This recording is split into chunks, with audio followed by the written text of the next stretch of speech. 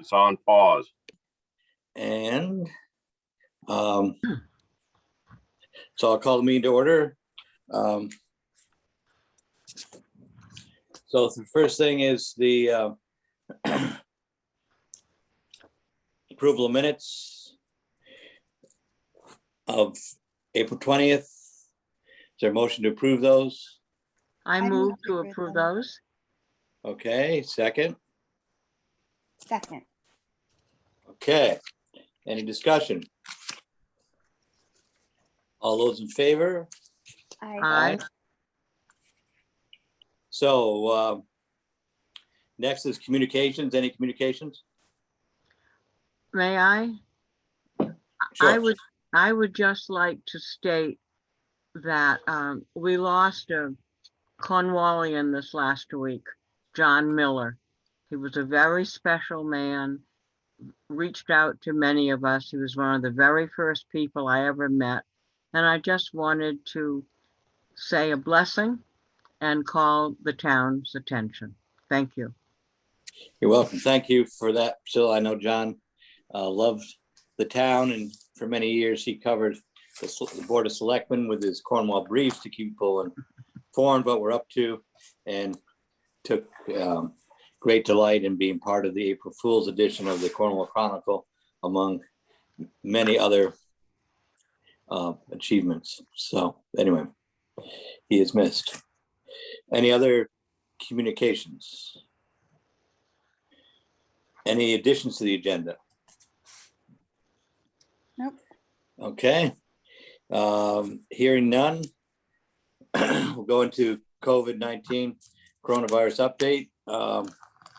We continue the path towards vaccination, and I believe I read today that Connecticut has the highest vaccination rate of any state.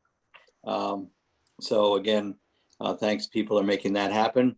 I think it is particularly important to get as many people through the vaccination system as possible, as I still have heard of new cases of COVID in town, especially among our younger residents. So again, please, everybody keep on making the effort to get vaccinated. And again, it does seem, as is happening nationally, this is playing itself out in our younger population now. So we need to keep on with that. And we are looking at doing some increased events over the summer. We'll publicize again our Memorial Day events, which will be limited compared to other years, but they are listed in the Chronicle for people to see. And Memorial Day is a very important day, and hopefully next year we'll be able to have a full celebration of that day. Anything else on COVID? Nope. Okay, so next we have a town meeting coming up. It's fairly straightforward. We had a good town meeting last week, and this is following up on that. And this is basically the budget town meeting call. I put together a draft, and again, this will be held virtually. If people want to come to town hall, there will be a camera there. But I would think most people will still do it via Zoom, and it's pretty straightforward. It's adopting the municipal budget for next year, which starts on July 1st. And hopefully, if everything goes together, the property tax rate will remain flat at 16.7 mils. So I'll make a motion that we sign the call, and there it is.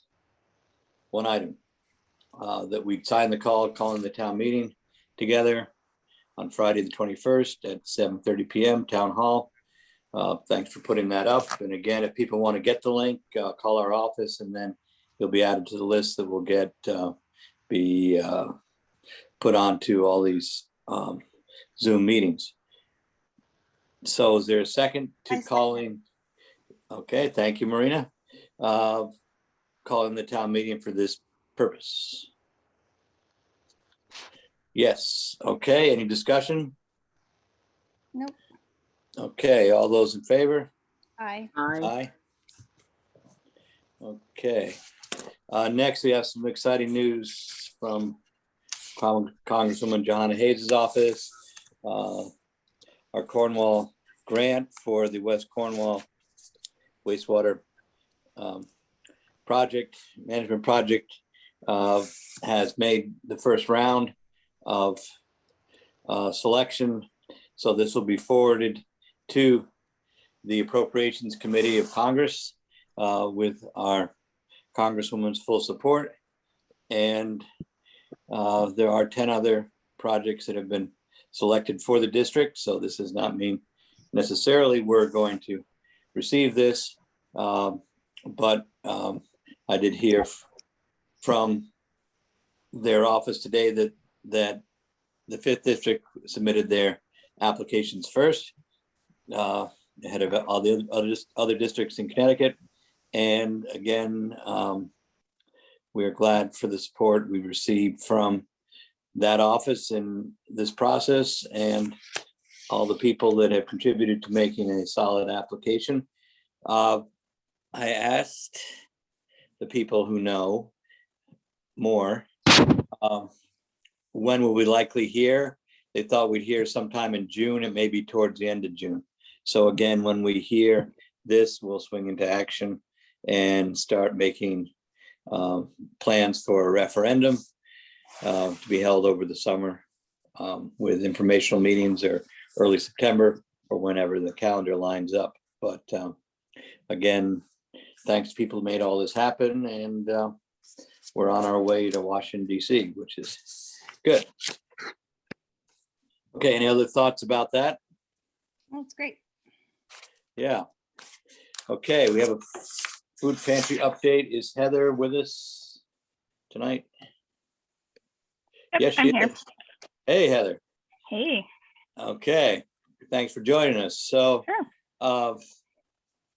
yes, I thought it'd been a while since Heather had come in to see us, and I know the food pantry's been busy, so we thought it'd be good to do an update to get us on again, a sustainable basis. Certainly, we're doing a lot more than we ever thought we'd be doing when we hired Heather and before the epidemic. So I thought it'd be good to check in and get a firsthand report from the front line on how things are going and some suggestions on how to get this on a firm, continue it on a firm footing. So Heather, why don't you take it away? I thought you might have some presentations or things to put up. Yeah. Yep. I have a PowerPoint. If Jonathan, if I could share my screen. Should have the ability, I think. Mm. If- Oh, here we go. Can you see that? There it is. Perfect. Cool. Great. All right. So if you were at the library presentation a few months ago that I did with Greenwood, some of these are slightly familiar, but I thought they'd provide a little bit of context, and I can certainly reference them more if there are questions, but I'll just sort of gloss over the beginning slides, and then we'll get to sort of the meat of what's been going on at the food pantry in the past year plus. This is just a summary of sort of what my role is, as I understand it, in Cornwall Social Services. Prior to COVID, my role was very, very limited at the food pantry because it was primarily run by volunteers, and I just coordinated sort of a monthly meeting just to check in. So things have definitely shifted on that front, as well as with the scope of work for the rest of the position, just because of the need for support for Cornwall families. So typically when I meet with clients, I try first to work with them to access federal funding for federal programs, and through state programs, regional programs, and then it's sort of as a last resort, rely on our food and fuel fund. But typically try to go with the biggest pot of money that they can access first, down to our very limited food and fuel fund.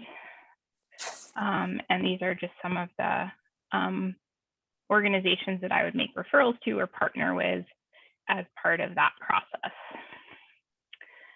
So previously, I worked with about 40 households in Cornwall pre-COVID, mostly through supporting people with fuel applications. Oftentimes, I would only see people to do their fuel applications, and then, or maybe the holiday program, but other than that, some limited interaction, and then definitely 2 to 3 families a year that involved a lot more interaction and support.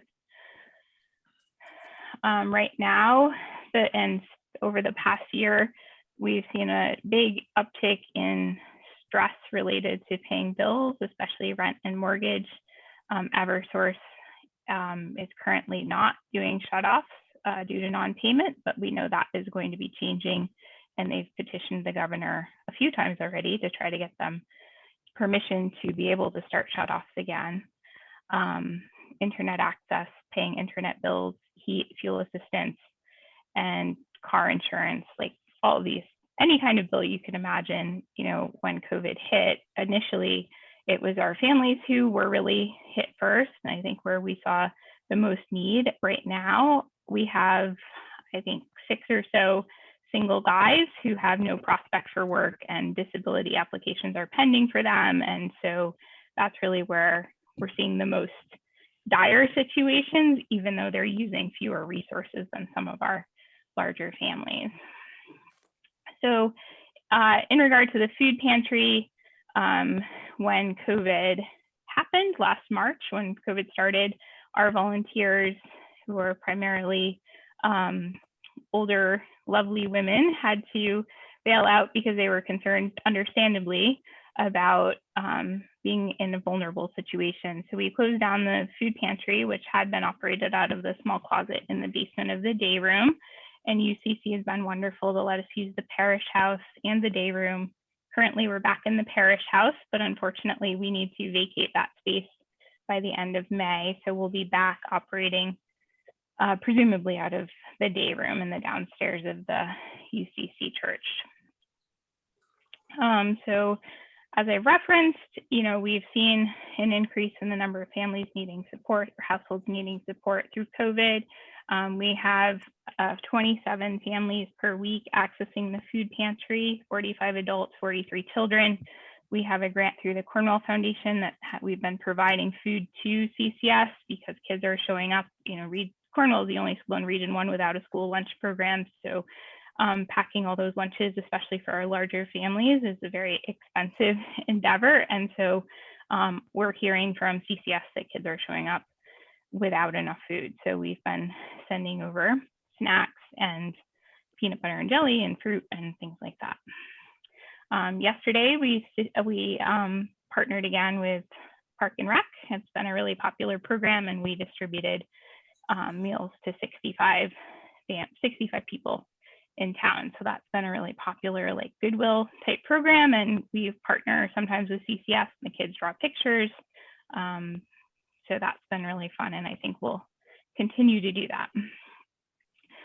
In terms of resources that have been accessed in the area during COVID, we were able to access $1,900 through the regional fuel bank. That was our allotment for the year. So that I used to help pay fuel bills for people. The prescription assistance fund can pay up to $250 toward copays or prescriptions per person per month. The Jane Lloyd Fund can award up to $10,000 to support with cancer patients, any bill that they need support with. So that's been really helpful to some of our residents. And then you can see the Neighbor to Neighbor Fund, which is managed at the Northwest COG, but it's a fund of Berkshire Deconics. The increase that we jumped in 2019 to 2020 of we got $10,000 for our residents from that fund. They are currently allowing us to apply more than once a year for funding, and we can apply for up to $1,000 at a time, as opposed to before it was once a year up to $500. So that's been really helpful because it also can cover expenses that our food and fuel fund doesn't cover, especially car repair, which has been the primary use, because if you don't have a car and you can't get to work, then you're in trouble. So that's been a lot of what I've used that fund for, in addition to rent payments. So the food and fuel fund revenue and expense, you can see here, the percentages actually match up and track year over year in terms of where the fund is going.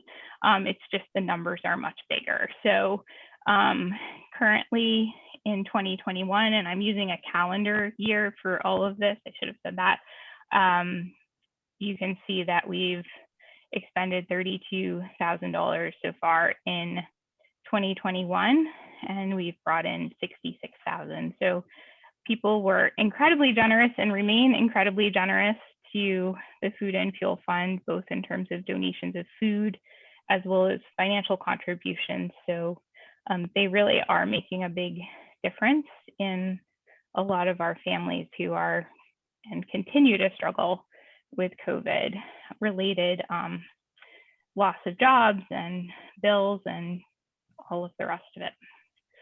So just in terms of what Gordon asked me to address today, you know, the food pantry as we operated it for the past year has been very different, I would say, than how other pantries are operating. We do custom orders for each household, and I do think there's benefit to doing it that way. So like if your family needed 4 cans of tuna and 2 boxes of cereal and some flour, you would request that on a Google form and get that. I do think from a food waste perspective, just in looking at the list each week, if we were to give everyone a box of cereal and only 6 households requested cereal, for example, I just think the way we've been doing it is fine. It's just as we look ahead, we've come a long way from how we used to operate to how we're operating now. And because we do have to move out of the parish house, which is a great space, we can open up the doors, have great ventilation, we can spread out, we have plenty of space for tables. We have to start, I think, thinking about scaling back a bit in terms of the distribution of the food. And I'm also very aware of what that might do for the food and fuel fund in other ways. Like I did a survey for all of our food pantry families, and really what we found out was that families are relying on the food pantry because it's freeing up funds that they can use for other bills that aren't covered through other programs. So maybe a car payment, car insurance, credit cards, internet, cell phone, all of that's very hard to get covered through other programs. So by using the pantry, that frees up some money for those kind of bills. So I want to be really thoughtful in terms of scaling back, but also be realistic in terms of what our volunteers and our space and our funds can do. So we're moving out of the parish house back to the day room by the end of this month. I've been in talks with the Connecticut Food Bank and the fish shelter. There's a good chance that we could stand on our own, which is we would be the first pantry of our size to be able to do that through the Connecticut Food Bank, to receive bulk food through them, which would be great. That would be free. They're considering our proposal right now. If that falls through, then we can use the fish shelter in Torrington and partner with them and then receive distributions of food through them. We can order through them, basically. I'd also like to do a sponsor of shelf program, which I think has worked really well in other pantries, whereby like you could partner with your neighbors and be assigned to the, you know, pasta shelf. And every time we're low on pasta, you and your neighbors are alerted and flood the pantry with pasta. Looking at partnerships with more community organizations, there's a group of regional food pantries that meet every month or so. And they have a lot of really good ideas about ways we can continue to reach out and partner. There's a food hub in Litchfield that's very interested in working with us to get us fresh produce. And then I am also interested in potentially hiring someone for 5 to 7 hours a week just to take on the actual distribution of the food, because the behind the scenes, like making the list, doing the ordering, coordinating with community partners, all of that takes quite a bit of time, but then it's also like basically a day of doing, you know, coordinating the volunteers and getting the food actually out. And I think taking that off of my plate would allow for me to raise more money and do more of the strategic work, as well as working more with the families to connect them to other programs. And then also looking ahead, we don't know how the child care subsidy is going to impact our families in terms of revenue coming in. We did see a drop in food pantry people coming to the food pantry after the stimulus checks have gone out. So it'll be interesting to see once those checks start coming in July. We have one family with 7 children, 2 families with 6 children, 2 families with 5 children, and families with 4 children and on. So we do serve a lot of kids, and so it'll be interesting to see if that has any impact on the demand at the pantry. So among the volunteers, we do have some ideas about starting to scale back. And I think that, you know, I want to hold off a little bit on making any final decisions until I had input from the selectmen, and also consider hiring someone so I would have their input and wouldn't be making decisions in a vacuum without, you know, the person who's going to be executing those decisions. So that's sort of where we're at this point. I just wanted to put up our wish list because we are completely out of these items, and those with asterisks next to them are items you cannot purchase with food stamps. So those are definitely our most in need items at this moment. I do post it out in the Cornwall Facebook page every Monday, as well as the Cornwall Community Network. Gordon's been sending it out in his COVID newsletter. And then this is just our information on making donations, both for non-perishable food and for the Food and Fuel Fund. And then obviously, if you know of anyone in town who's in need of support or help with anything, feel free to send them my way. And that's that. Great. Well, thank you, Heather, so much for the update, and it shows how much work you've put in to help so many people. So again, I think whatever we can do to support you, supporting everybody, we should do, of course. I guess the first thing we can do is discuss the idea of hiring a food pantry coordinator. Just so the board knows, I do work somewhat with Heather on some of the cases, and it's no great surprise that at the same time there's been a need for food, there's been a need for other support services has increased in the last year. So I think it makes a lot of sense to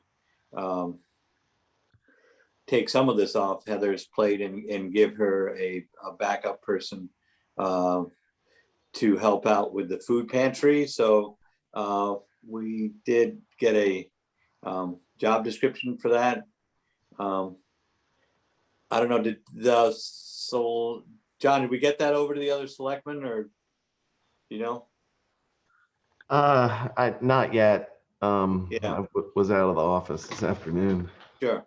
So Yeah, the vote was going on. I have it. I can share it to the screen. I have it. It seems really, I mean, I just read through it. It seems really straightforward and sensible. The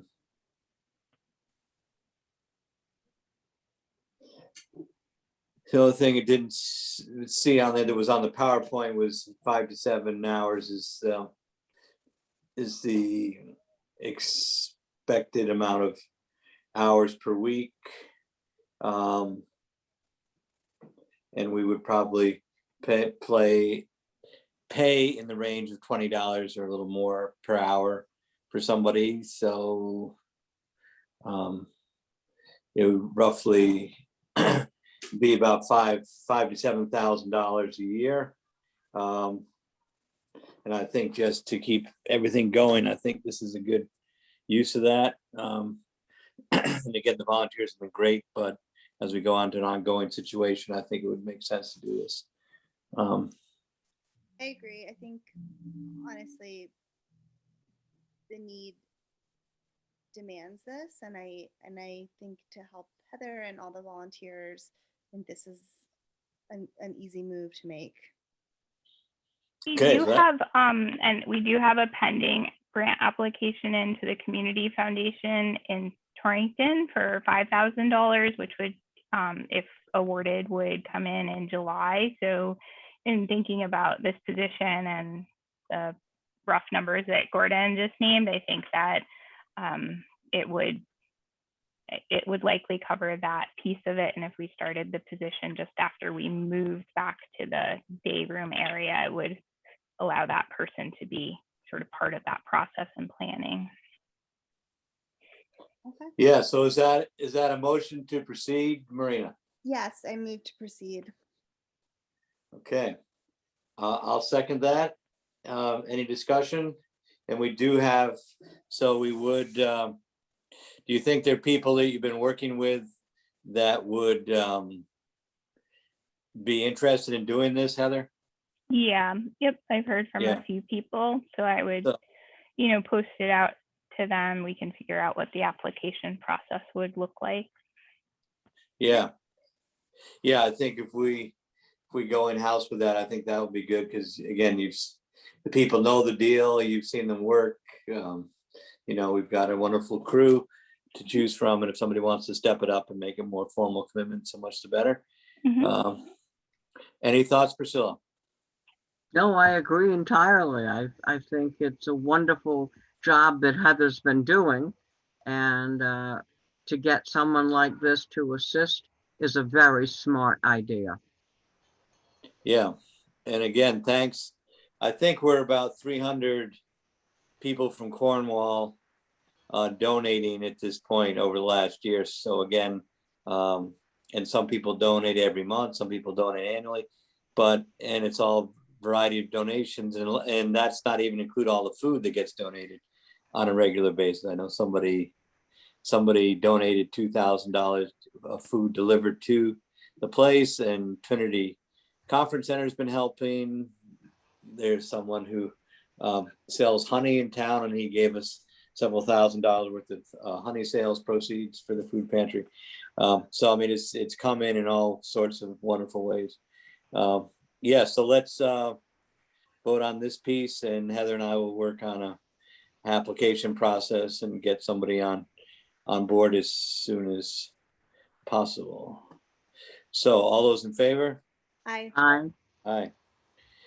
Great. And so then other things, I was wondering, Heather, if John might be able to, if we can capture the essence of your presentation and put it up on the website. I think, again, as a thank you, we're going to incorporate that with a thank you to all the volunteers and all the donors and things, just to have a presentation so people know what the actual situation is. I think is really powerful and important.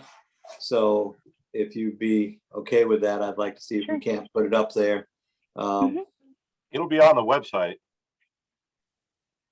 Right, but I think what we're going to do is try to put something special on the front page just to draw attention to this, because I think it's really important that people pay attention to the work that's being done and the need that's out there. So anyway, we'll work with something there to get a little special highlight on there if we can.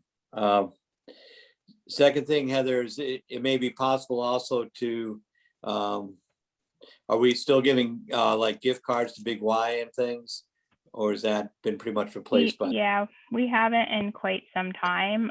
Yeah, We stopped that, initially because we didn't want people in the stores, and yeah, we haven't done that in quite a while. Maybe for the summer, as kids are coming off school and families are gearing up for feeding their kids all summer, we might do it. yeah, I think that might be good, and then maybe we can also coordinate it with a 4th of July break for the volunteers or something, or just make it a regular thing. We can talk about that. So again, because I think people are out of their people are out and about more now. So I think that might make sense. Take a little bit of the burden off that way. So I think that's all the thoughts I had, other than thank you. And any other thoughts from the board, or, and again, it's Thank you constant. for all your hard work. Appreciate it. Yeah, It's a team effort. We have a good team, so. And without the donors, food and financial, it would be a Yeah. very different situation, so. sure. Thank you. Okay, thank you, Heather. Yep. Sure. Okay, see you soon. All right, so next, move from the pantry down to the transfer station. I had a nice tour down there with Will Ted and Paul Prindle, the building official this morning. We've been talking about redoing the office and facilities down there. Been on the plan for a bit.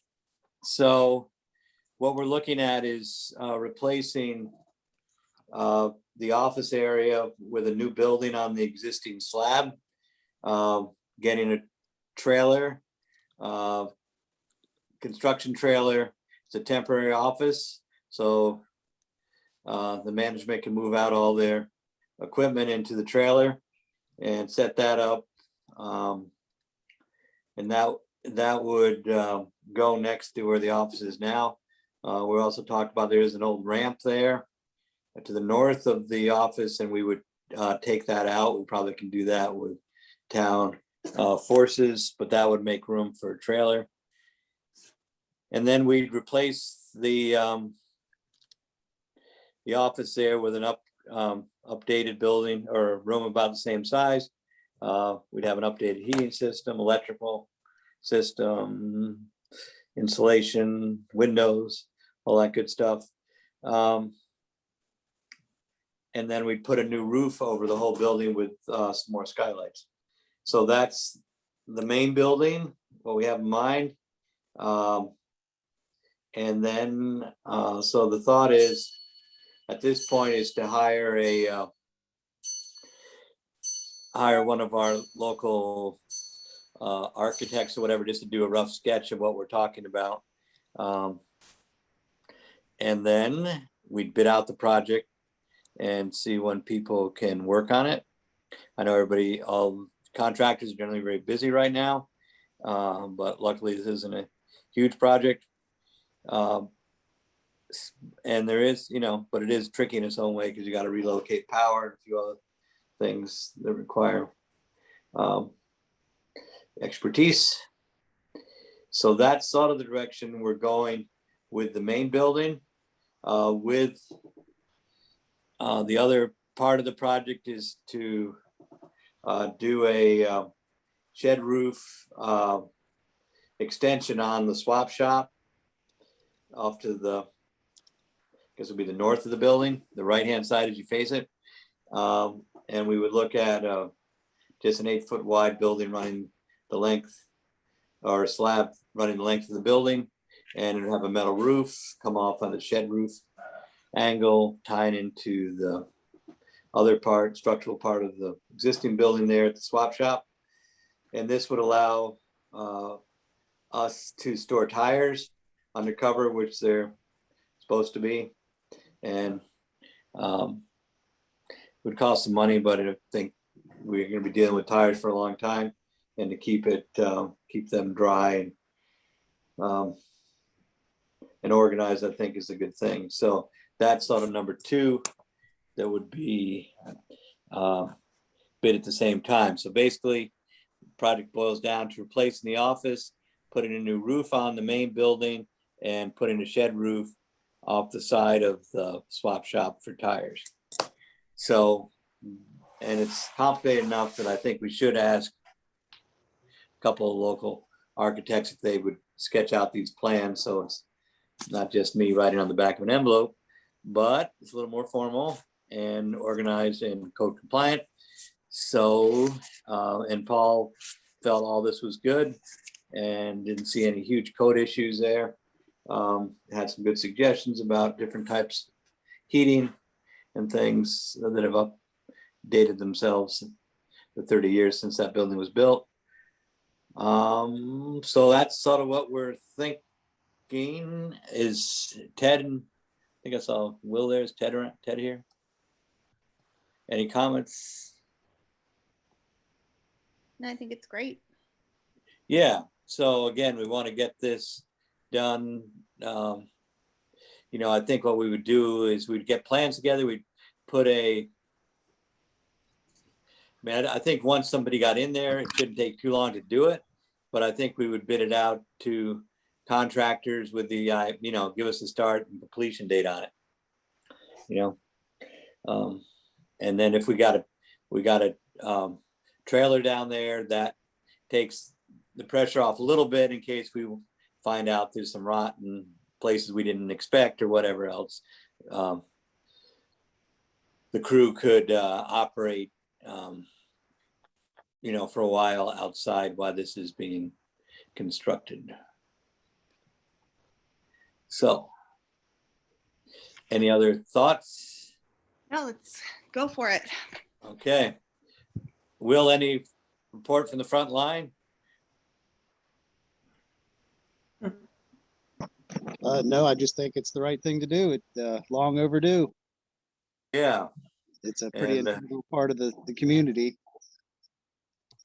Yes, and certainly we appreciate your folks' work down there. It's not necessarily easy day after day. Occasionally you get a little flack, which I saw the other day, a little hard to believe, but it's there. It's part of the human experience, I guess. But anyway, appreciate you guys carrying us through this thing. And so anyway, we'll work on an upgrade here, and I think it's all doable.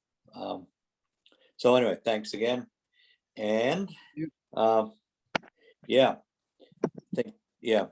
so Ted's off doing a fire department thing, I think, tonight. So anyway, so I'll make a motion that we proceed to get a request from some local design people on mapping out the existing building, map out the project, get some specifications that we can then hand over to some contractors, and you know, we'll research the building. We'll take down the ramp. There's no reason we can't take that ramp out sooner rather than later. Start the project that way and keep on plugging along and get it done. Second. So is it, and then again, we'll formally go out to bid or whatever, but I guess we might as well have a motion to start the ball rolling. Second. Okay, great. All right, any discussion? Nope. All right. All right, all good then. All those in favor? Aye. Aye. Aye. All right, so there's the update on the transfer station. Now switching gears again, we're gonna update the paddle tennis. Had a nice trip up to Lakeville last week with Nell Nicholas. I think Nell's here, maybe. And we toured the Salisbury paddle court. It's very nice, Town Grove, beautiful spot. We did look quickly at Footfield. And I think at this point, we sort of, you know, I think the town's interested in pursuing this, but we do have a lot of things on our hopper right now. It did look like it could fit at Footfield. I did research it, and we did not.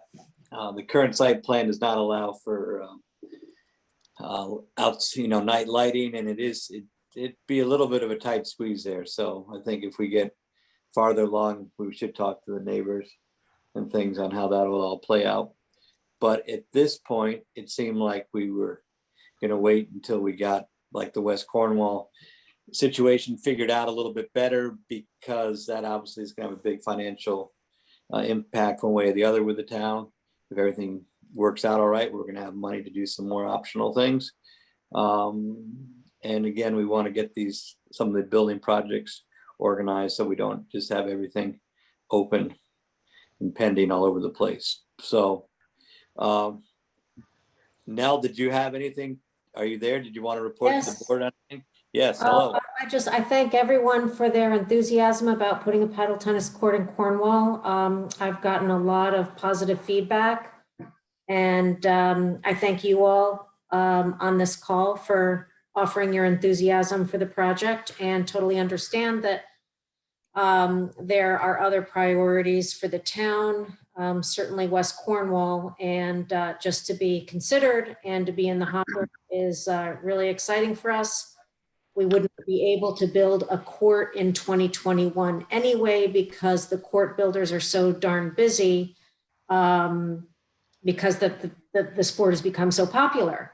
So I'm not in any real hurry, but I want to keep this enthusiasm going and, not lose steam on the project, even if it's going to be pushed to 2022. And I hope you all will support me with that. Yeah, I think so. I think we're, I think you're definitely in the hopper, and we're just gonna have to, do some more legwork, but get a few things. We have a few accomplishments to make before we get into taking on another whole deal. Yeah, understood. Just tell me if there are other things that need to be done for the paddle court for this to continue on, and not to lose steam. Please let me know what those things are, and I'll provide them for you. Okay, great. Yeah, so any other thoughts from the board? I I did, want to thank Nell for her enthusiasm, and I think it's a Thanks. great idea. Thank Yeah. you, Priscilla. I did get it. I got an awesome review from one of the younger people in town, so there you go. So you got Great. all ages and levels, so good. Thanks, All right. everybody. Okay, thank you, Nell. All right, so next we have cybersecurity quote. We're still in the application process for our insurance for that, but we should be getting you a firm quote soon. Some exciting news. The Popple Swamp Road Bell Extension Cell Tower activation. Among the other things I learned from our building official, Paul Prindle, was permits have been pulled for an antenna on the Popple Swamp Road, Bell Road Extension, cell service tower, which would cover a good part of Cornwall Bridge and also would cover back towards Cornwall Village. So far, the carrier is Verizon, but anyway, they are working on the tower. He's been working with them to get the last work done and to get that activated. So that again would could potentially fill in a big plug there if people have Verizon. And with our internet survey group, that is one thing that came up loud and clear, was the need to update cell phone coverage in town. So that would be a big one, especially if we get a couple carriers up there. So any other thoughts on cell towers coverage? Okay, next we have scope of work. 4 bridges. Roger has met with the state bid contractor, Hammonasset Construction, and he's toured the 4 small bridges we're talking about, doing some maintenance work on, and he'll have a more detailed report for us soon as far as what those what that all entails. So anyway, the contractor was interested in getting the work done. Unfortunately, a tree fell on one of the railings at one of the bridges on West Road, so the town crew is repairing that railing, putting it back as it was. But other than that, we're in good shape to proceed with that work this summer, and we'll get some more details on the scope soon from Roger. Any other thoughts on all that? Okay, so then next we have public comment.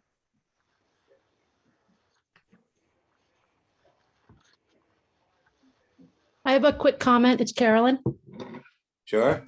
About that cell tower. I don't know if you probably have been noticing like all the cell towers that are going up around here. Probably in conjunction with 5G rollouts, like they're having an issue in Kent with like Moramug and everything. And basically, I was just wondering if you could look into what's going to happen in conjunction with those cell towers, which is probably going to be quite a bit of new infrastructure rolling out into our towns. Like, basically 5G needs more infrastructure, right? So it needs more stuff all around our towns, which is what some people were talking about a while ago with those small cells. So I'm just wondering if you can kind of look into what kind of control we might have to site those because of, for aesthetic reasons, because some of them apparently like in Easton are taller than the tree line. And I have a feeling that as they activate this cell tower, that will soon be coming along too. So is there a way that you can look into, what kind of oversight we have? I know it's changed since with the FCC in 2018, but maybe they're going to be instituting more controls again that were rescinded last year or 2 years ago.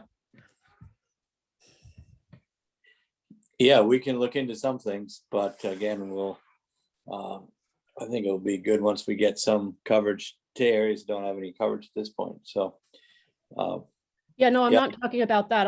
I'm not disagreeing that there's good. So, I mean, basically like it's a real, municipal control kind of thing because there's a huge amount of infrastructure that's going to support 5G rollout, like every third telephone pole.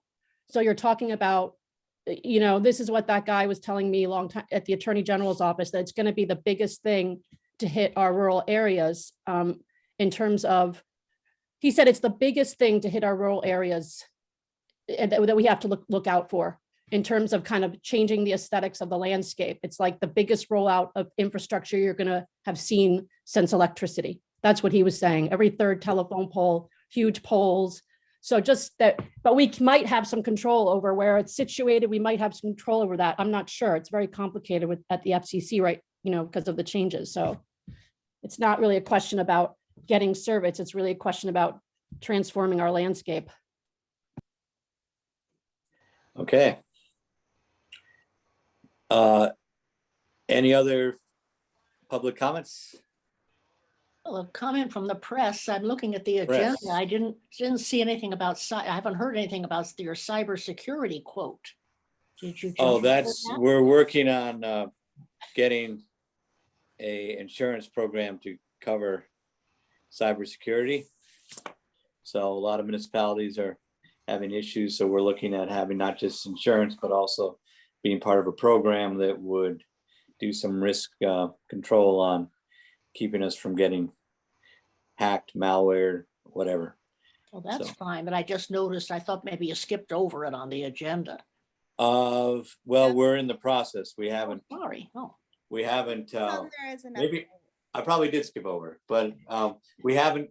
We have to do a detailed application, which we haven't finished. And once we get the detailed application done, then we'll get a quote from an insurance company and a program of how to handle this. Okay, that's fine. Okay, thank you. Any other questions? One more quick question. I might have missed some of the details. Can you talk a little bit more about that West Cornwall Community Grant and what that, who's giving that grant and what, how you can apply or what's it about a little bit more? It's a funding mechanism for the West Cornwall wastewater management program. And the town has applied to get 75% of the construction and development costs for that project through this new act of Congress, in which 10 projects in each congressional district will be considered by the Appropriation Commission or Appropriation Committee in Congress for funding. And so we made the cut, as did other community projects, including a regional dog animal shelter in Torrington, some upgrades at Sharon Hospital, and a few other things. And as a big district, there's projects from New Britain to Avon to Sharon. So anyway, we're optimistic if this happens, the town would receive substantially more federal funding for the West Cornwall project than we would under the usual USDA program. And the details of the program are available on Congresswoman Hayes's website. Thank you. That's interesting. Thanks. You're welcome. Thank you. Okay, anything else?